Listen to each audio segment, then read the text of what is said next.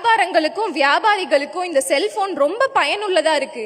செல்போன்ல நிறைய வீடியோவா எடுத்து கடைக்கு உள் சைடு அப்படியே கேமராவை விழாவ விட்டு கடைக்கு வெளி சைடு அந்த லொகேஷனையும் தெரியப்படுத்தி மலை சாரல் மாதிரி புது புது பாடல்களா ரீமிக்ஸ் பண்ணி பொத்துனாப்ல இங்கிட்டு ஃபேஸ்புக்ல ஒரு பெரட்டு அங்கிட்டு ரீல்ஸ்ல ஒரு பெரட்டுன்னு பெரட்டி முறுக்க விட்டா வடிவேலு வந்துட்ட மாதிரி தெரியுது.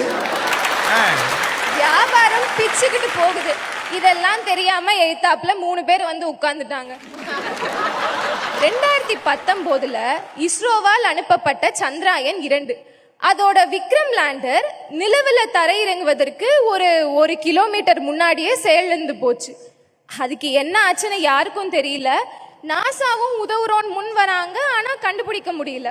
நாசாவோட ட்விட்டர் கணக்குல இந்த விக்ரம் லேண்டர் விழுந்ததுக்கு முன்னாடி அது விழுந்ததுக்கு அப்புறம் எடுத்த புகைப்படங்களை வெளியிட்டு உங்களுக்கு ஏதாச்சும் தெரிஞ்சா சொல்லுங்கன்னு ஒரு பதிவு செய்யறாங்க. 3 மாசம் கழிச்சு அதே நாசாவோட ட்விட்டர் கணக்குல இன்னொரு பதிவு, விக்ரம் லேண்டர் எந்த இடத்துல விழுந்திருக்கும்ன்றத கண்டுபிடிச்சிட்டோம். இதுல ஆச்சரியம் என்னன்னா அதை கண்டுபிடிச்சது நாசாவோ இஸ்ரோவோ இல்ல, சென்னையை சேர்ந்த ஒரு இளைஞன், ஒரு இன்ஜினியரிங் ஸ்டூடெண்ட்.